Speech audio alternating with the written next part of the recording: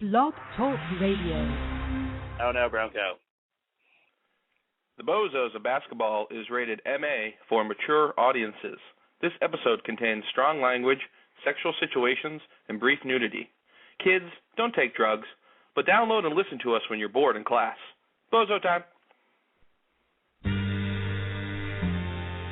Nailed it.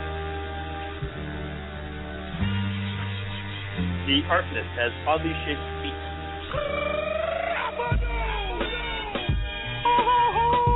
The Human Torch was denied a bank loan. Audrey! The following podcast is the Bozos of Basketball. From Beverly, Mass., he's the terror of the public schooler, Kenna.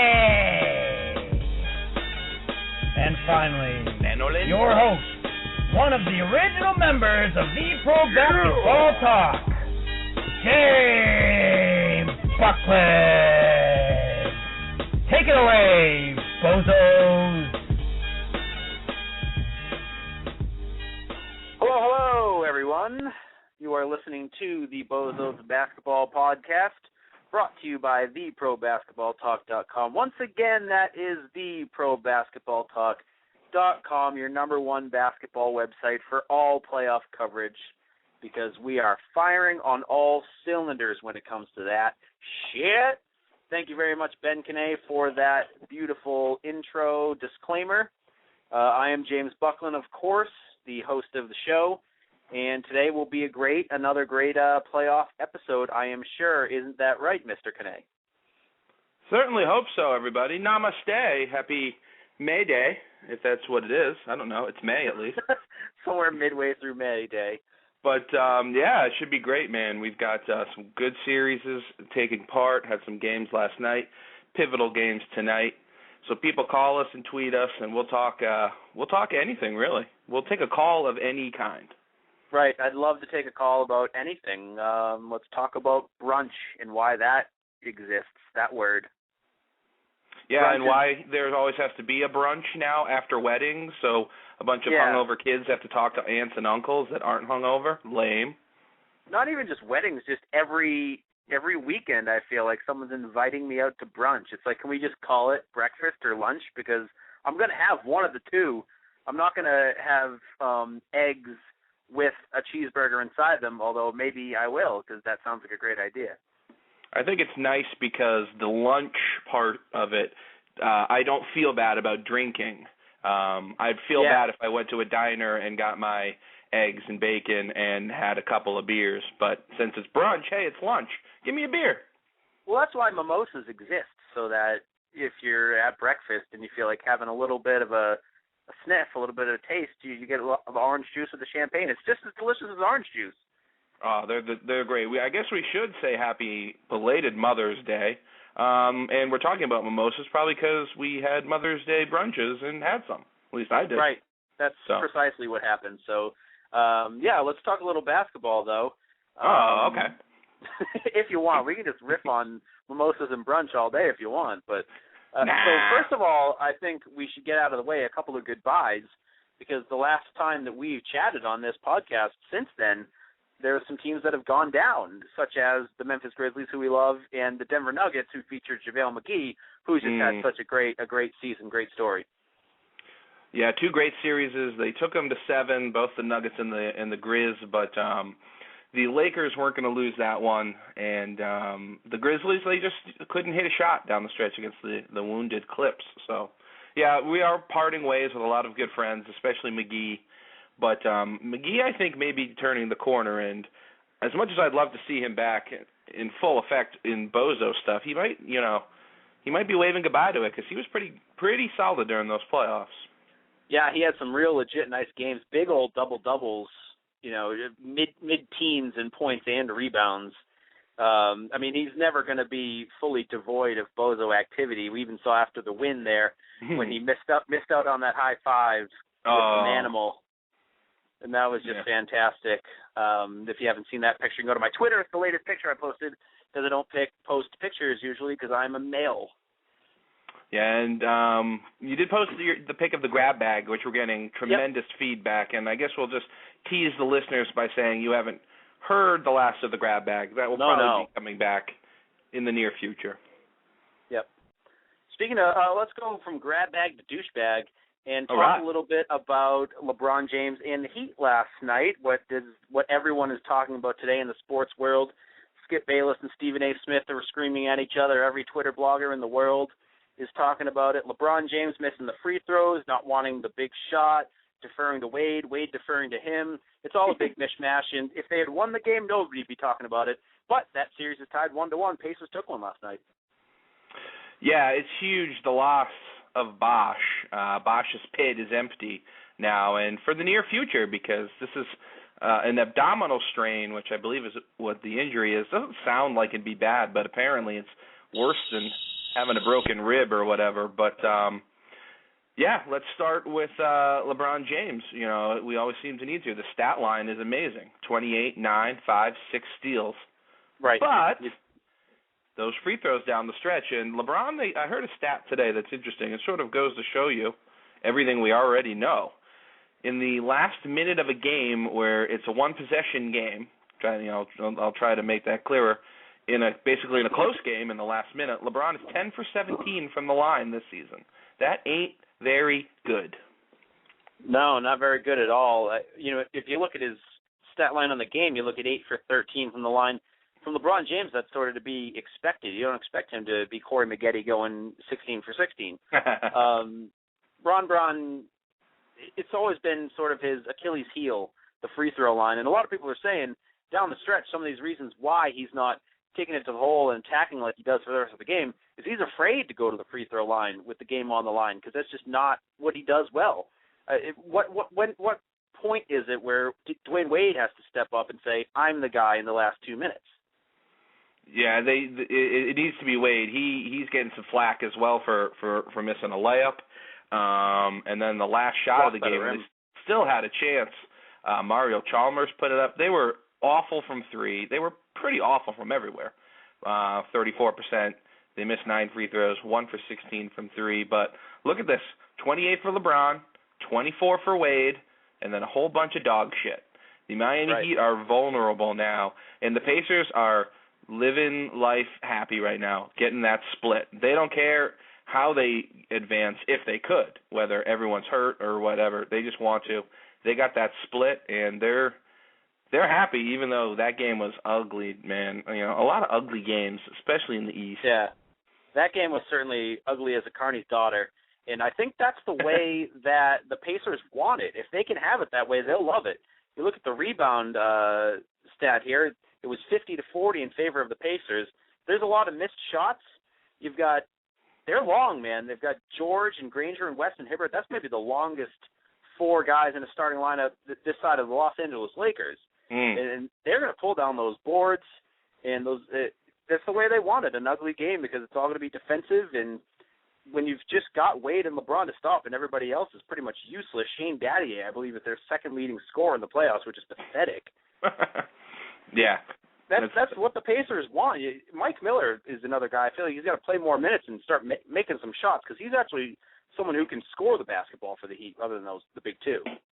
Yeah, and maybe even James Jones, at the Celtics, it seems like, and we'll talk about them. He always seems to knock down threes. He only got in 10 minutes. Yeah, it's just a whole bunch of scattered 4s and 3s in the Heat box score. But, Leandrino, as I think we maybe have to call him, had a big day off the bench. He only had 8, but they were huge points. Yeah, Paul George double-double.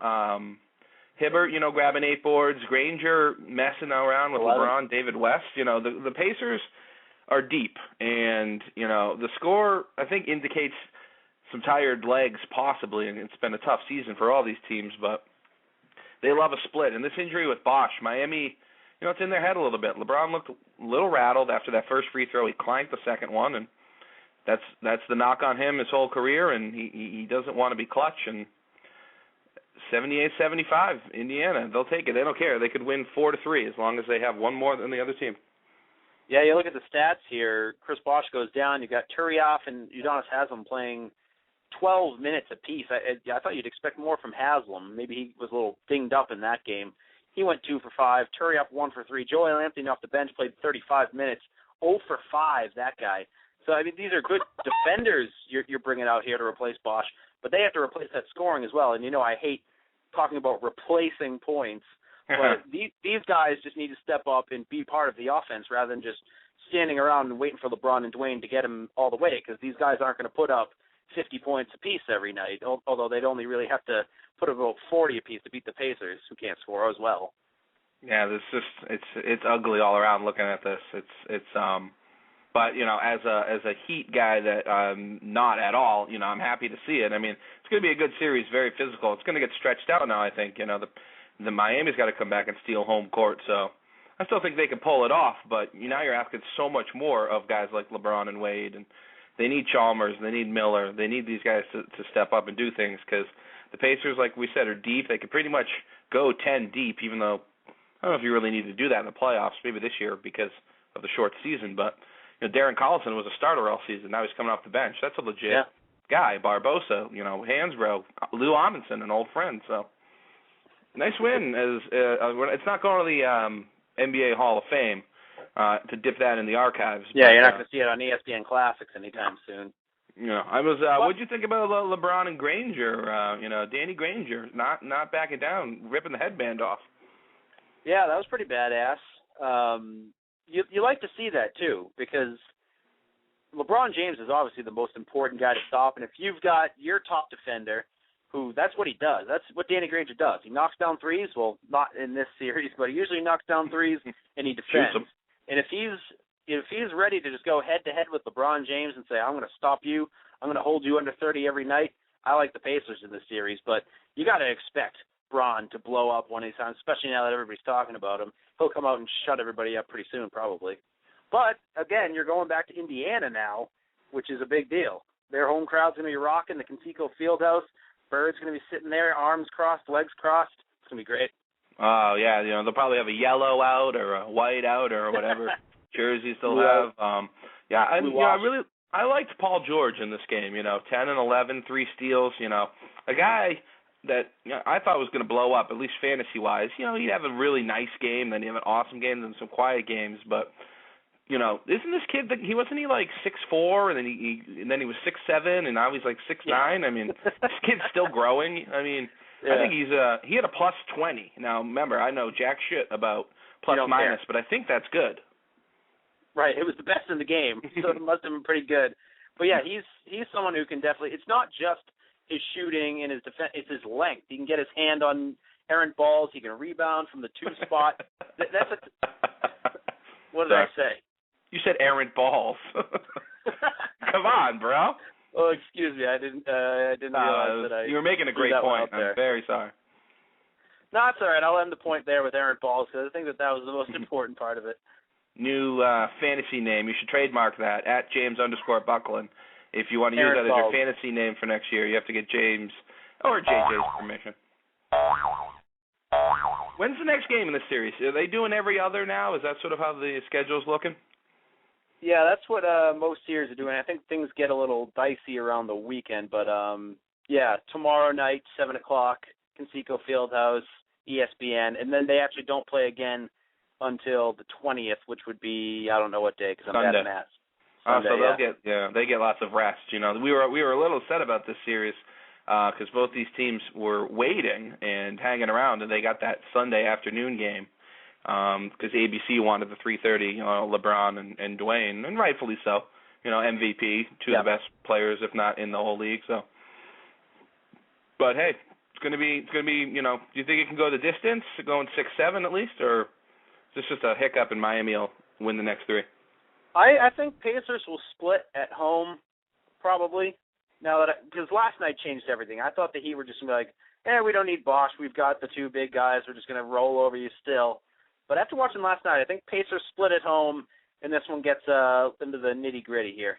So that would just sort of be who can hold serve at home. Somebody has to steal a home game. But, Bosch, right.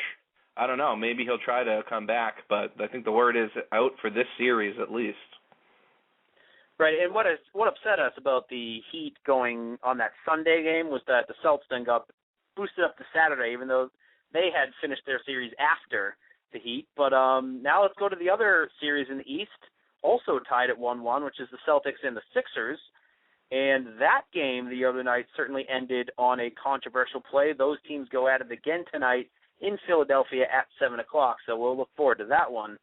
What did you think of that last play with Garnett, the screen foul that got called by the ref? A lot of people were saying, even Iguodala said he was surprised that he heard the whistle there. Just a little bit of your feelings about that play and how angry and what things did you throw at the television that day? Yeah, I was, and everybody knows we're Boston guys here. I guess my main thing was, if and I don't know if they've been calling that. You get a moving screen every now and then if a guy gets knocked on his ass or whatever, but to make a call like that in the last 10 seconds of a game, I mean, I just don't think you can do it unless there's like a murder on the court, We always say don't, these are all the cliches, don't let the refs decide the game. And the Celtics, I'm not making any excuses for them. They scored 24 points in 2 quarters. You can't do that, but I think you got to swallow the whistles there. Did he move? Possibly, but come on, it's Andre Iguodala, one of the tougher, stronger, guys in the league. I just thought it was terrible. I hate seeing like that. I didn't throw too much stuff, but I did get blackout drunk. And you hit it right on the head there. The fact that the referees are deciding the game there, and I feel like that's got to be part of NBA protocol, where you just can't have referees deciding the game. It's up to the players to do that. And suddenly, all of a sudden, these refs, towards the end of the game, like to insert themselves in that action. And let's face it here. If you look at the play, his arms were extended. He had the little I Dream of Jeannie folded arm thing pushing out on Andre Iguodala. It was a foul. But that's in the first 4 quarters until the last 2 minutes when you got to just swallow them and let the guys play. I just don't understand how because where do you draw that line? When if you look at one play and it's a foul, then another play and it's not a foul, it becomes very random and you don't know when to expect it. Which is why towards the end of the game, I'm pretty sure players start to think, hey, I can do a little bit different this time around rather than in the first quarter. I can do a couple different things on this last play because the refs are going to let us play. But then if you just start calling that, who can be physical and who can't in the final minutes? Everybody's apparently up for grabs because Kevin Garnett's kind of a big superstar, big name in the league. You would think he would probably get the call over a guy like Andre Iguodala, but them's the breaks, and that happened, so we go to Game 3 tonight. Yeah, I'm looking now at the schedule on ESPN.com, and I don't think that this has got to be wrong because they put out the projected starting lineups for the game, and the Celtics' predicted starting lineup is Bradley, Petrus, Pierce, Bass, and Garnett. Obviously missing Rajon Rondo. I haven't heard anything. He's not suspended. He's not hurt. Maybe just ESPN are being assholes or idiots or something. Yeah, I don't see anything. Yeah, it's weird. Him missing. I thought maybe Avery Bradley or Paul Pierce could take a night off because those guys are banged up as hell. But, yeah, I don't think I heard anything about Rondo possibly missing a game. I'm pretty sure I would have heard something about that. Yeah, you would think. So here's the thing with Pierce. I think that, I think if they were up 2-0, maybe it would be different and they would possibly give him a rest. But is it time for Pierce has got to have a game. He's not having a good series. And I know he's banged up just like everyone, and it seems that the Celtics are collecting bodies, and they can't score either. Neither really can Philly. But Paul Pierce needs to do something tonight. I think they got to get this one in Philly. He's really got it. He hasn't had a series at all. He needs to. Not saying like he did in Game 2 against Atlanta, but turn back the clock a little bit. Truth. Yeah. Is it us being Boston guys, or do we feel like the Celtics have sort of beat themselves more than Philadelphia beat them the other night? There were a lot of mistakes made in that game. You had Doc Rivers waiting on that foul. Yep. I think I remember you texted me, like, why the hell did they wait until 14 seconds left to foul, which gives them 14 seconds on the shot clock now. That was a little questionable. There were some other decisions in there. Timeouts, not using them this time around, where last time it was you used too many. Doc has been a little sporadic, I feel like, in these playoffs, where he's usually the tightest and, least mistake guy in the NBA. So I don't know what you think about that. What you think about Doc Rivers making a few mistakes possibly in this series? What you think about Philadelphia sort of being the second team here, Celtics being team number one, just beating themselves? Do you think Philadelphia is on their level? Speak to me. I think so, because I think Philadelphia is, look, throw out seeds. I don't care. Would Philadelphia have beaten the Bulls with Rose? Probably not. But, hey, those are the breaks. So they're a young team. They're pretty much healthy. They're deep, like what you need. Now, can they win the NBA championship? No. It's going to be a team from out west. There's 3 teams in the west that could win it all, and 1, possibly 2 in the east that could possibly be in the Celtics, but they're all banged up. So, but I just think Philly's a tough matchup because of the youth, and they like to run, and, Iguodala is a tough matchup for Pierce. Drew Holiday, who I don't watch a lot, impressing me a lot. He's really solid. Lou Williams, Thaddeus Young, guys like that are just, solid ball players. Evan Turner is turning things on. Our boy Haas. And that, of course, one of the oldest friends of the podcast, the guy that we've been trying to have on, the 500 best player in the NBA, the Broad Street Bully himself, dominating and hitting fadeaway jumpers. It's Philly's happy. They're just happy they're going back now. 1-1 now.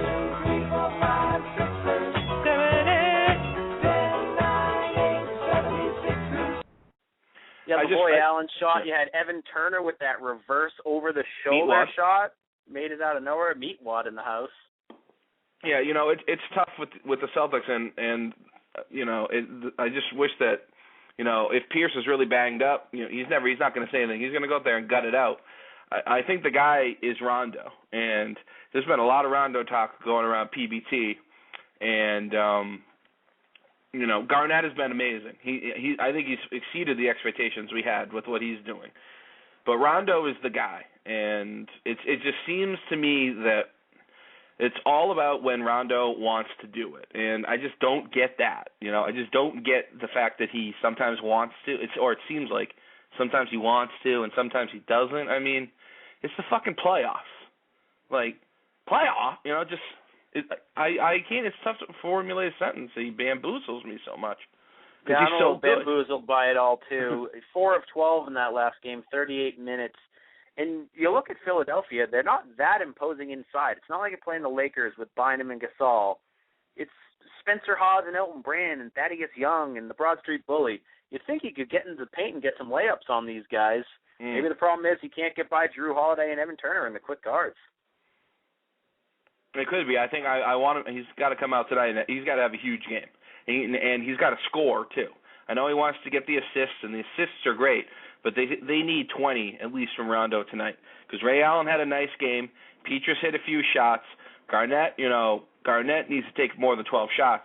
But if Pierce is going to be going 2 of 9, and Brandon Bass isn't going to be hitting the jumpers, and with Avery Bradley popping the shoulder in and out every other possession, Rondo needs to maybe quiet down the assists a little bit and get some of the scoring. He's capable of putting up 20 to 25, I think that's what he's got to do, because these guys can't score. The Celtics are definitely a team with this schedule they had, and I know they got a little bit of rest towards the end of the season. They didn't care about home court, but now with these injuries and now with the lack of rest, they can't score. I mean, these games, there's great defense being played in these games, but there's just some awful offense too.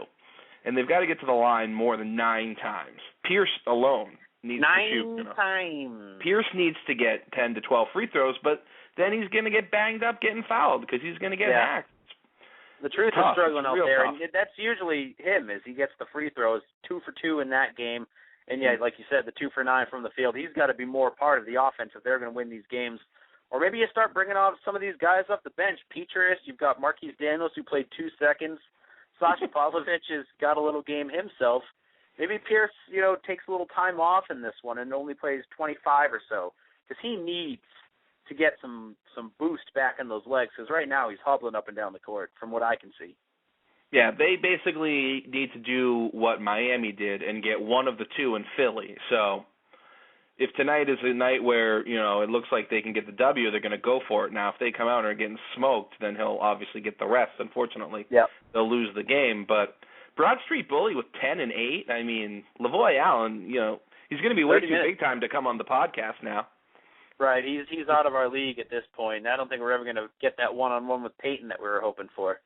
Yeah, it's funny. I looked down in the Philly bench when they were celebrating, and one of the oldest friends, Tony Batiste, he's still kicking around the league. Batman. Put up the signal. Put up the signal. Batman's in the house.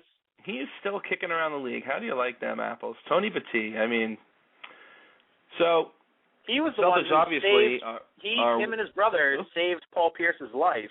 They when did. Pierce got stabbed in that nightclub. They called the ambulance and got him to the hospital in time to save his life. He would have bled from the face to death.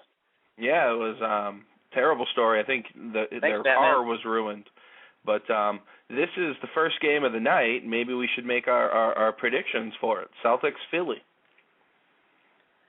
Oof, that's a tough one. You go first. I mean, the homer in me is going to take the Celtics, and I could talk myself into it because I do think Rondo's going to have a big night. And what we talked about, I think he's going to put up some points. There's going to be a big crowd. The Celtics have gotten blown out in Philly, but these playoff games, you're not seeing many of them unless you're out west, and we're hitting the West in a minute. I think you're going to see a lot of the things in the 80s, maybe the high 70s, but I think the Celtics will take it because I think Ray Allen might be saying, all right, I'm going to, and he can't even run around, but whatever. I think Ray Allen's going to have a night, Rondo with a night, and, they'll get their one in Philly tonight and take a 2-1 lead. So that's mostly the homer talking, but and Ray's got to play a whole bunch of minutes because, like you said, Avery Bradley has to keep attaching his shoulder back to his body. Ugh. So Ray's gonna be having to take a lot of shots here. And they're going to give Brandon Bass shots, too, like they did early in that last one. And he better make them this time if the Celtics want to win. I would like to lean towards the C's here. I think I'm going to. But, man, it's tough to count out Philly after what we saw in that last game. But, like I said, it's kind of the Celtics beating themselves. I think Rondo comes out, has a big game. KG continues to impress. I think I would take the C's in this one. Well, that scares me now. That scares me. But we're both Boston guys, so if anybody wants to criticize, then it's just us being homers. Please do, yeah. Yeah, criticize, because that way you're listening or tweeting or texting or tumbling or Instagramming. But, I'm looking at the call screen. I don't see anybody on there. Maybe they're just getting home from work. They'll call soon. Right, it's a tough time schedule. Speaking of Peyton, how about those Lakers? Woo! Getting blown out, letting up 119 to the Thunder in Game 1. Whoa! Yeah, they're probably the team, and I don't know if we're doing the segment that would be worthy of the old... Oh, a double! Oh, I stopped mine. All right, hold on, I need to play this real quick. Let me touch it. Let me feel. That was the grab bag. Fat Rabbit. I just saw that. I didn't know what it was.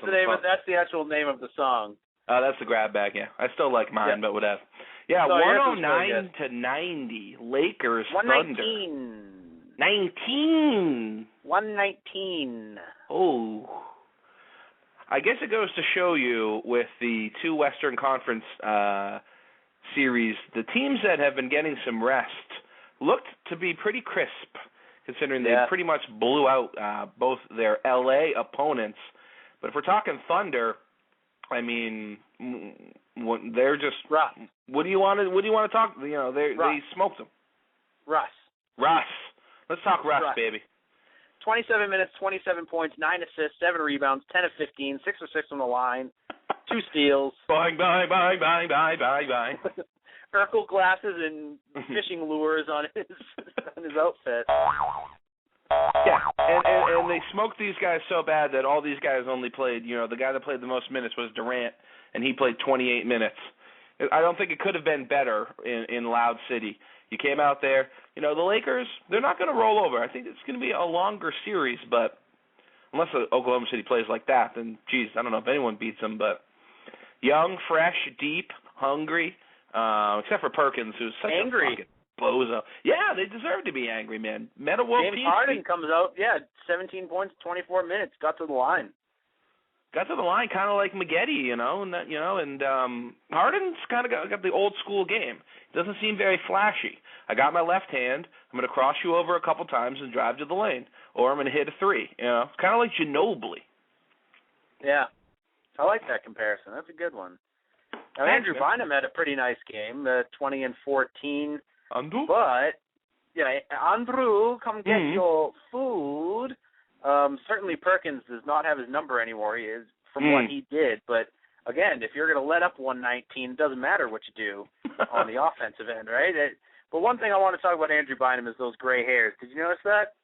Yeah, he's got some weird hair and he's got some gray ones. Because the grays pop up above the rest. His shorter hairs are black, his longer ones are gray. Maybe he wants people to see that he's older and matured, even though he's a bozo. Isn't he like 21 years old or something? He's still very young. Yeah. Look, he could be a dominant force. Born in 1987, so that would mean he's like 24, something like that? 25? Sure. I can't do the math. Look, he can get his food when he wants to this series. It doesn't look like Perkins is the guy for it. But if they're not going to be able to stop anyone, I don't expect the Thunder to, they shot 53%. They're capable of doing that, but guys were hitting everything. So it was what you expect, what you want in a game one at home. Go out, smoke the other team, crush them, make the Lakers look old. Yep. But they're not Lakers. They'll come back tonight. They got the Mamba. They got Gasol. Ramon Sessions had a terrible game. I think he would bounce back, but I think Oklahoma City is on a mission this year. They've been the darlings all season, and that's a tough gym to play in. I don't care who you are. Right, and they got beat by the Lakers a couple of years ago when they faced, I believe, in the first round, and they took them to 6 games, and that's when people started to say, hey, there's something going on here in Oklahoma City. If they can take this Lakers team, who I believe went on to win the title that year, to 6 games, there's clearly going to be a great one. You've got some people still picking the Lakers. What was this Kobe flop comment thing you texted me about? Kobe just sort of has come out and talked about flopping and whatever, but he also was talking about how he's never taken a charge in his career, and he's never going to take a charge in his career, and because he wants the longevity. And he talked about Scottie Pippen and Larry Bird. They always took charges, but then their backs were all fucked up. So it's like, it's kind of true what he was saying, but then it's also like, well, what if you need to take a charge? You're not going to take one for your team, so. It was just sort of kind of, but then he was bitching about guys flopping, whatever, and flopping is a huge topic now for everybody, but I don't know. Even Stern came out. Stern came out and said, they'd kill me if I came to a board meeting again and said that we should be fining people who flop. But I think there's some truth there. It's really hurting the game, I think, where sort of the integrity of some of these calls have to be called into question. And I don't know if you can blame referees. Everything, at least in this circumstance, everything happens so fast. And to be able to react and see the difference between someone actually getting hit and someone getting lightly tapped and acting to make it look like they were really hit, it's tough to do in real time. And in some cases, I don't blame refs for falling for it, even though it still enrages me as an NBA fan, because you want them to get everything right, even though they never will. Right, yeah. No, I totally agree. I'm looking at the Lakers box score. They got a guy that D. Morris who had 5 points that I've never even heard of. So it goes to show you how deep they dipped their wicks into their bench. But I wonder if anybody's going to criticize Westbrook. He took 15 shots and Durant took 16. It's like 27, 7, and 9, motherfuckers.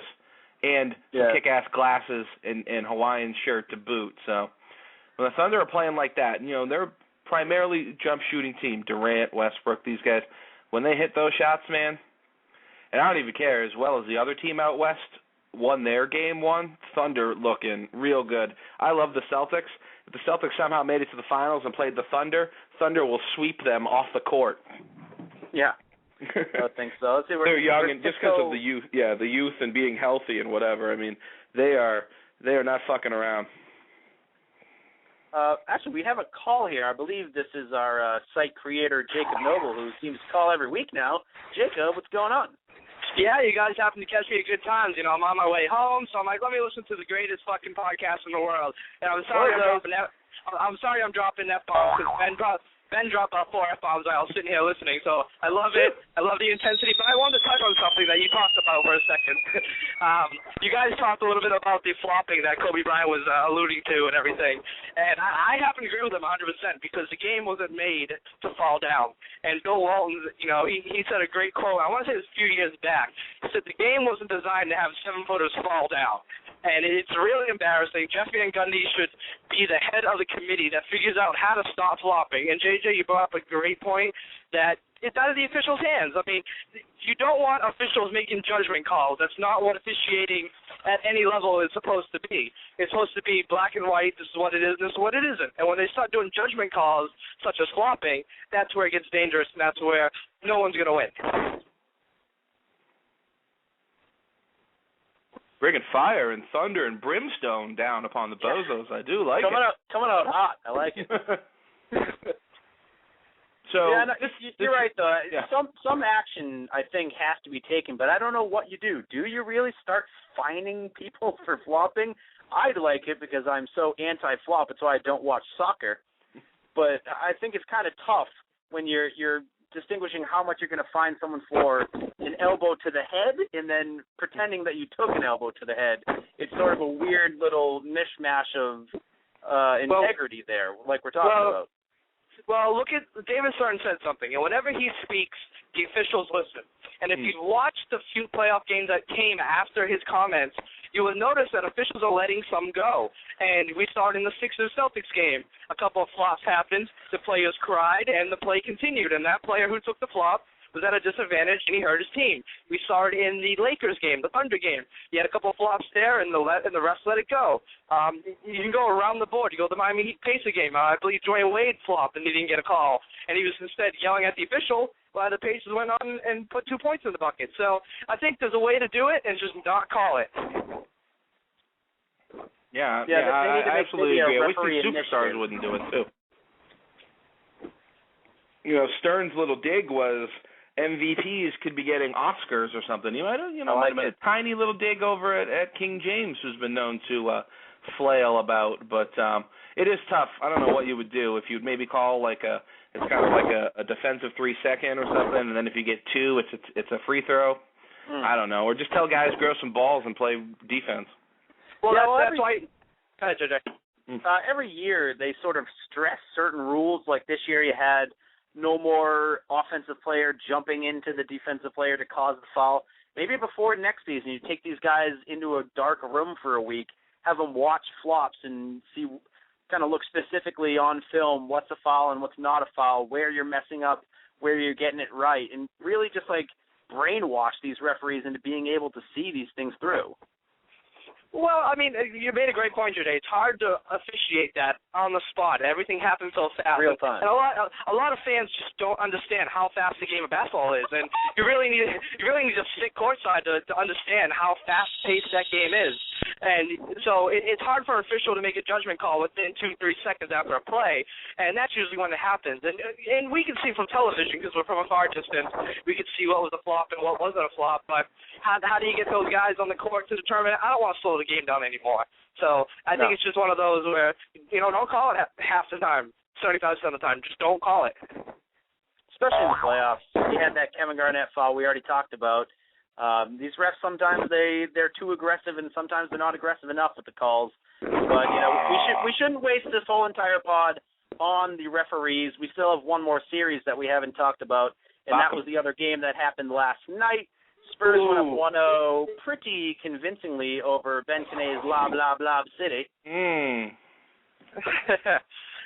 That was it was a very good game, and it was as expected. I think the Spurs are going to get out of this in 5 games.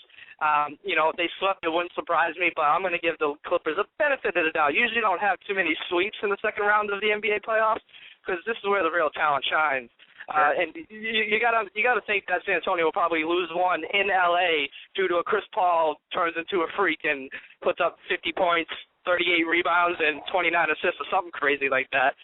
Just going off the walls. But the Clippers just aren't there. I think they've already exceeded all my expectations. I don't know what their expectations were, but they shouldn't be too realistic considering they didn't have practices.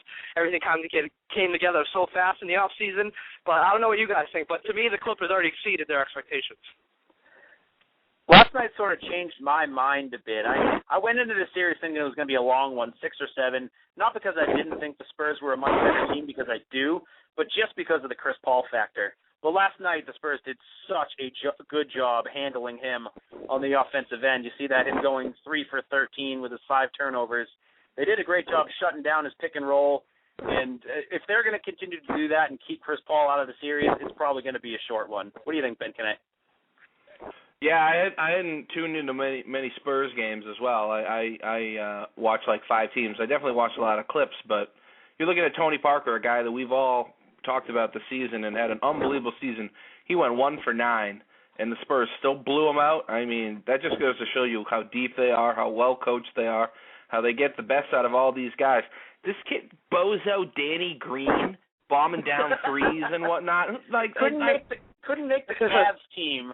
But seriously, he's playing 30 minutes and starting for the best team probably the team playing the best basketball in the NBA right now.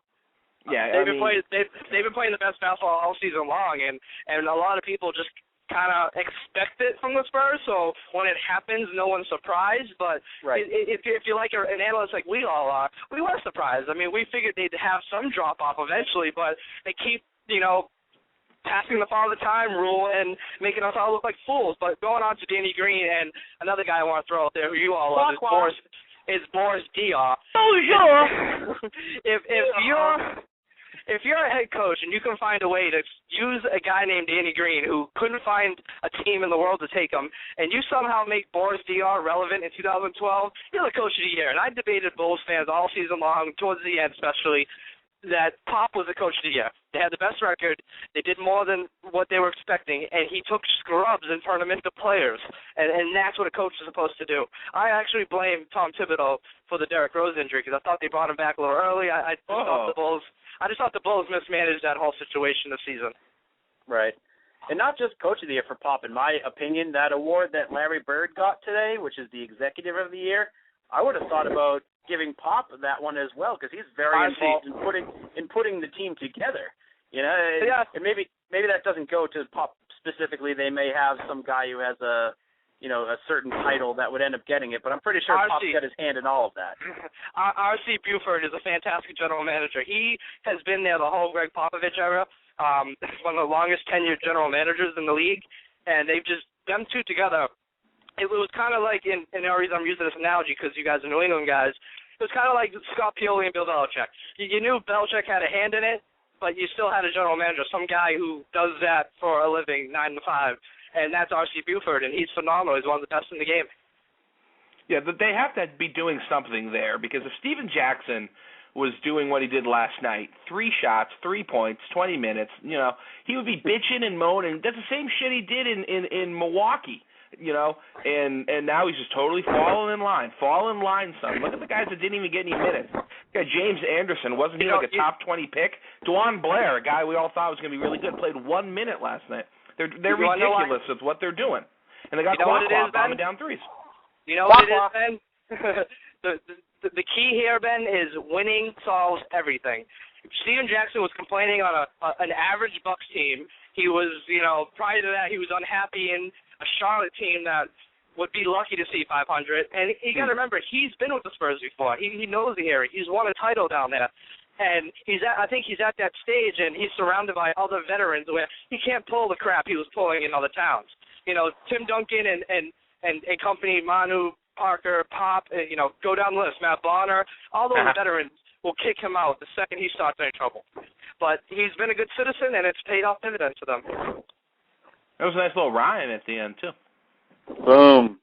Dividend. I think what we should say, and JJ and I were talking about this, aside from the Spurs, who were the most impressive thing there, Eric Bledsoe was the most impressive guy in the Clips. I mean, that kid was unreal last night. Almost brought him back, but too much of a hole to crawl out of. I think that had a lot to do with the fact that the Spurs were doing everything in their power to shut down Chris Paul. So the Clippers put those two kids out there together, Paul and Eric Bledsoe, the two point guards, and Bledsoe took full advantage of being sagged off a bit, went 10 for 16, and was making some real tough shots and just some really impressive plays. This kid can play with the best of them, and he's going to be very pivotal in this series if the Clippers are going to make any noise at all, because to compete with the bench that San Antonio has, you're going to need some big-time scoring off the bench, and that's what Bledsoe can possibly bring to the Clippers in this one. Well, it's funny you say that, JJ, because a lot of teams have kind of been doing that. We've seen Indiana kind of flirt with the two-point guard system for a little bit. The Celtics are essentially doing it with Avery Bradley, although we know he's not really a point guard. Other teams are kind of experiencing at that. But to me, it's not so much a dual point guard. It's that point guards are evolving. They're becoming just guards. Russell Westbrook, we probably wouldn't sit here and categorize him as a point guard. We see him better as a scorer with the ball in his hand. So it's just that the evolution of the guards are becoming well-rounded players. I mean, it's very rare to have a strictly point guard such as a Rajon Rondo.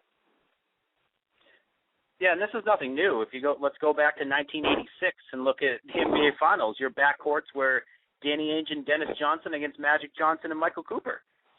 The Lakers did not make the finals in 86. They lost to the Rockets. All right, fine, then 87. Thanks, Ben. That's what Reggie Evans did, JJ. 8 minutes and 4 fouls and 2 turnovers. That's a Samerdo Samuels kind of line. Samerdo. Yeah, I think the Clips, I'm sorry, Jacob, piggyback on what you said. I was very impressed with the Spurs. I wasn't even planning on watching much of this game. I couldn't fall asleep, so I watched the second half. I think it could be a short series sweep, but I did like what you said. Chris Paul, huge game. 5, maybe 6 if they can get 2 in L.A., but Spurs are looking real good. Well, the thing that's going to trouble the Spurs, and it's not going to trouble them this round. It'll get to them later on when they get to the Western Conference Finals or the Finals. Let's not jinx them. They're probably going to get there, but what's going to hurt them, I think, down the road is when they have to play Duncan more than his 32 minutes a night. When that game comes, I'm really interested to see what Greg Popovich does, because Duncan's custom right now is 30 minutes a game. That's all he's going to give you, and usually they have leads, so he can sit them down and kind of relax and hang out. But when it gets tough, and there's that one game where, it's an 88 game, and Duncan's already tallied 35 minutes, and you got 4 minutes left in the game, how much can he give? And that's what's going to be very interesting. Yep. Huge game for Duncan last night. Him and Garnett. How about the old bones not backing down and kicking some serious ass in these playoffs? Duncan was the Duncan of old last night. He was awesome. Yeah, I'm thinking these guys might be thinking this could be their swan song as far as legitimate championship pushes, especially with everybody going down in the shortened season. It's their time, and I like what's going on there. Anything else we need to talk about here, Clippers Spurs, before we wrap this one up, because we do want to keep it a little short tonight. Yeah, I can't wait to see the night that Greg Popovich pulls a hack a Los Angeles Clipper big man, because they're horrible at the free throw line. Well, DeAndre Jordan and Blake, they're both horrible at the line. Jordan hits the rim most of the time, though. Yeah, I feel bad because I like DeAndre Jordan. I'm wondering if he is a lucky son of a bitch for getting all that money, because he has not really improved at all. He's still kind of this highlight reel guy, dunks, blocks, and whatever. But 7 points, I mean, he's got to be getting double-doubles. He's still young, but I mean. I agree with you there, Ben, because to me, and I don't know his work habits and his work ethic, but to me, he kind of we saw that video when they found out that Chris Paul was coming to town, and we saw Blake Griffin and DeAndre Jordan act like little kids. They were jumping around. So to me, that said, hey, I'm not going to go out and work any harder because I got somebody who's going to do that for me. That kind of put a little warning sign there for DeAndre Jordan. Plus, as you point out, he's a young guy. He should be taking advantage of this shortened season and all these old folks that are just hobbling around. Yeah, he should do it like kind of how Chandler did when he had his best years with Chris Paul. But and we have to talk about, and I have to say his name, Swaggy P, a.k.a. Nick Young. Woohoo! We have to. He tweeted out the other day, he goes, anybody know any good malls in San Antonio?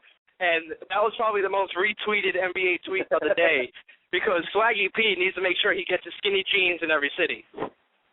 Yeah, he's got some good post-game outfits as well. Russell won that this week, though. Nick Young had a game, though, 3 for 3 from three-point land. One of those was a 4-point play. I think that was in the second quarter. Swaggy P is living the life right now. He's not in Washington hanging out, in the off season. He's in the yes, man.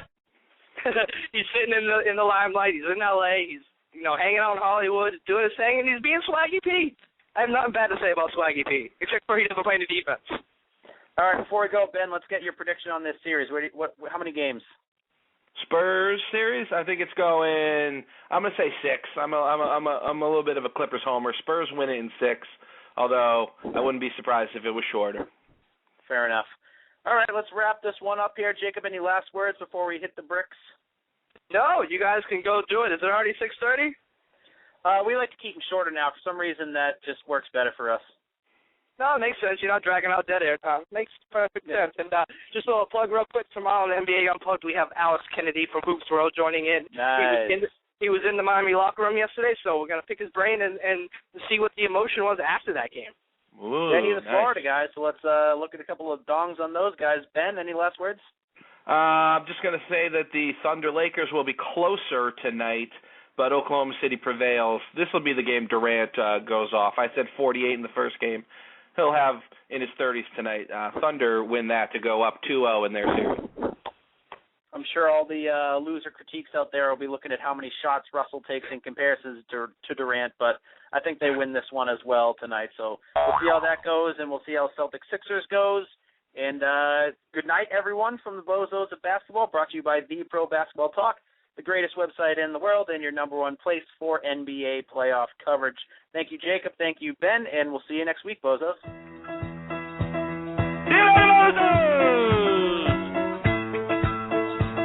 Yeah.